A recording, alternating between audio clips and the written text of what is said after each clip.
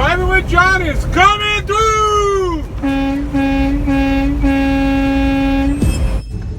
Hey everybody, welcome to Driving with John.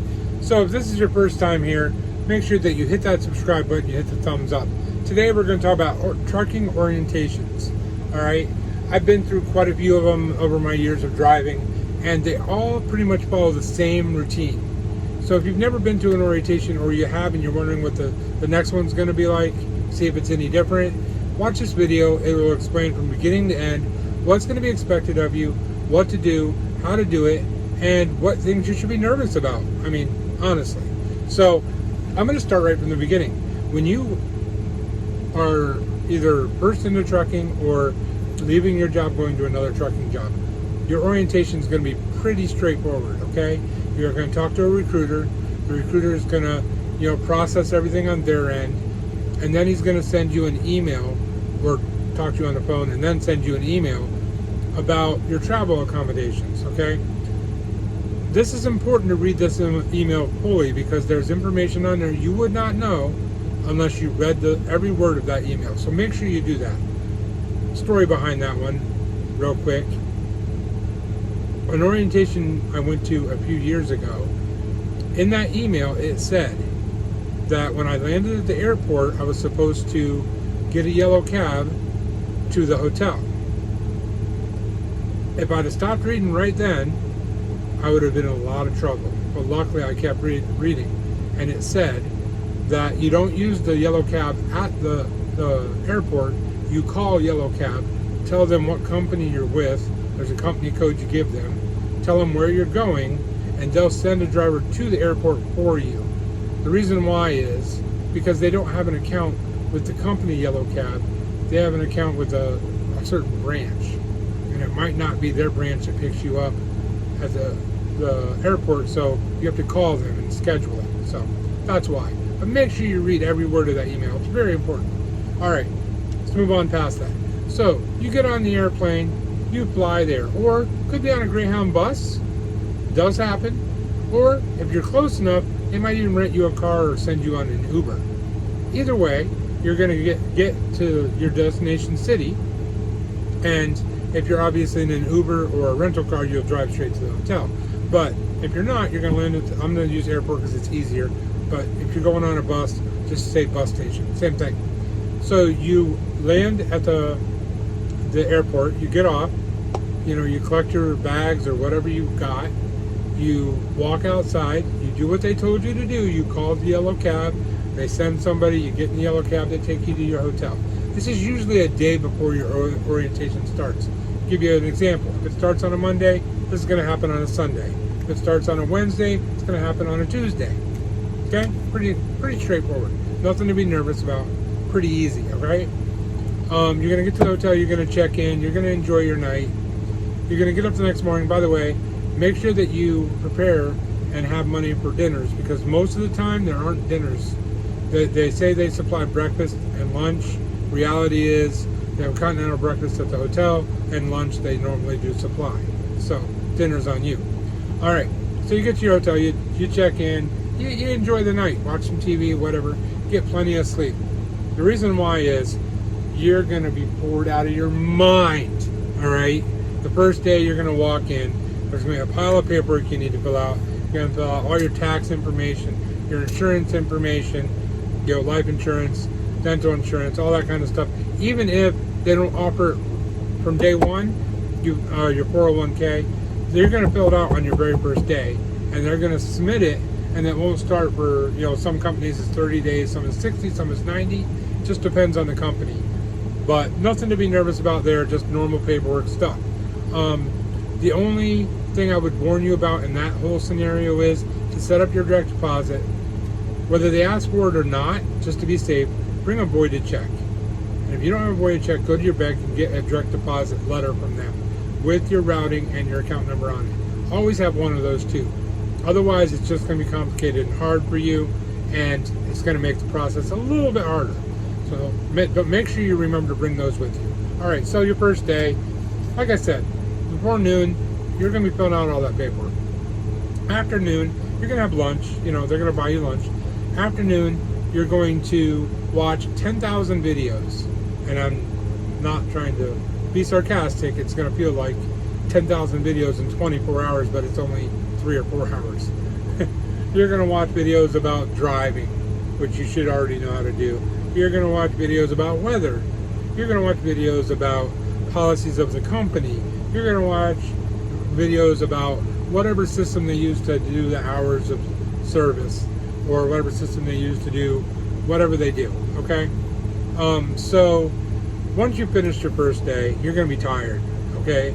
I don't know why, but it's held true every orientation I've been to. First day will drain the heck out of you. Even though you haven't moved, you've sat on your butt, filling out paperwork, watching videos all day. Try not to fall asleep the last 3 hours before you go back to your hotel. So then you go home, or go to the hotel, home, whatever. Enjoy that, okay? Just relax. Then day 2 will start. Now, in the mornings of day 1 and day 2 and day 3, they're going to come pick you up in a shuttle, minibus, whatever you want to call it. It's going to be more likely either 7 or 8 a.m. Make sure you check with your recruiter to know what time you have to meet them in the morning. So, once you've done that, second day, you meet them 7 or 8 a.m. Get in the shuttle, you drive there. Once you get there, it's going to feel a little bit like the first day. You're going to have to do some corrections on your paperwork. You're going to have to watch some more videos. And then they're going to tell you about the testing. Ooh, get nervous. Testing. Don't get nervous, okay? I don't know how to say this any other way, but it's kind of a joke. Your testing is. They are going to give you a video to watch, and then you're going to answer questions. If you watch the video, you know the answer to the questions. If you don't pass the test, they're not going to fire you.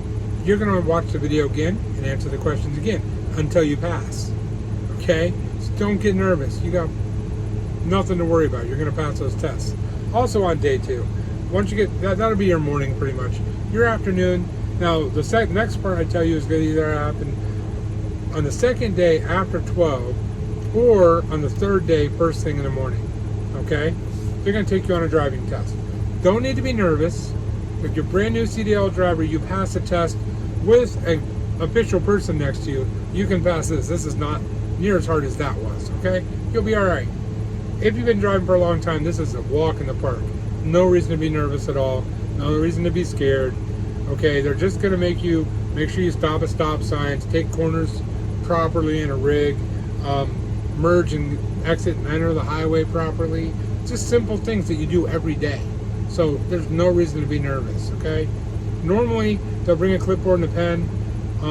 I've seen 2 different ways they handle that. Some of them will be writing while you're driving, I think to intimidate you. Some of them will just set it down, and then when you get back, then that's when they'll do it. Either way, it doesn't matter. You're going to pass. Just relax. You'll be okay. You know how to do the job, okay? And if it's your first time driving, you drove with a DOT official next to you to get your license. So that's more nerve-wracking than anything in that orientation drive test will be. I promise you. They won't make you do the whole crazy, pre-trip stuff, even though you should know that because you need to do that when you're on the road. But they won't make you do that. Then after the driver's test, they're going to go over some more company policies. You're going to watch more videos. You'll have lunch, more of the same, okay? You'll finish your second day. You'll go back to the hotel. You'll chill out. It's nothing hard, nothing to get nervous about. You're going to go back in the third day. On the third day, there's usually a couple more tests that you have to take. Same scenario, usually open book. Normally, if they don't give you the answers directly, they'll tell you guys you can talk in the group and come up with the answers, and you'll pass. And if you don't pass, they'll let you retake it. Normally, I've never seen one that doesn't. So, and if you have a different experience than I do, put it in the comment section. I've heard horror stories about how people did something stupid in the driver's test and couldn't get hired, but I've never seen that. And from my experience, it's not like that. You shouldn't be nervous about it. So day 3, you're going to go in. Day 3 is the easiest day. Day 3 will be catching up on anything that you didn't correct before on your paperwork. It's going to be your last couple of videos, things like that. Then you're going to start the process of getting your truck. You're going to have to sign a bunch of paperwork, saying that, whatever they give you, If it's something they're charging you for, they're going to give you a paperwork saying that they can deduct it out of your paychecks over, or easy installments, or whatever. Easy paperwork, just sign in your name and dates. Make sure you read it. You never know what it's going to say, but that's all easy. They're going to give you your permit book, your keys, other important information to take with you to your truck, and then you're going to go out to your truck, and you're going to start your truck, and you officially have finished your orientation. You might get lucky; they might give you a hat or a shirt. I've had both happen. You might just get a pen. You might have to steal a pen. I don't know. That's pretty much orientation in a nutshell, guys. I know people go into it and they're all nervous. Almost everyone I've been in, there's always been somebody that's been a nervous wreck in their orientation. So that's why I'm making this video for you. If you're nervous, don't be nervous. It's not that hard, okay?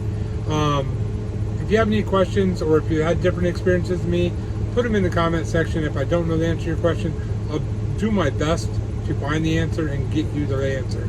If if you have comments, questions, whatever, put them in the comment section down below. If you have a different experience altogether, please share it. Let people know what you went through so that they know what to expect. I would really appreciate that. If you're watching this video for that purpose, go read the comments, because it's important what people tell you. In this industry, you're going to learn every day for the whole time you're in it. I don't care if you're in it 1 year, 2 years, 20 years. You're going to be learning the entire time. Don't be afraid to learn from everybody you talk to, but don't listen to everything everybody says. Make sense? All right. Thank you for watching, everybody. I hope you enjoyed the video. Hope it was informative. If you haven't done it already, thumbs up, subscribe. To all my trucking buddies out there, make sure you keep your rubber on the road, stay between the lines, and right side up. To all my non-trucking buddies out there, thank you for watching. I really do appreciate it. And don't forget, truckers are people too.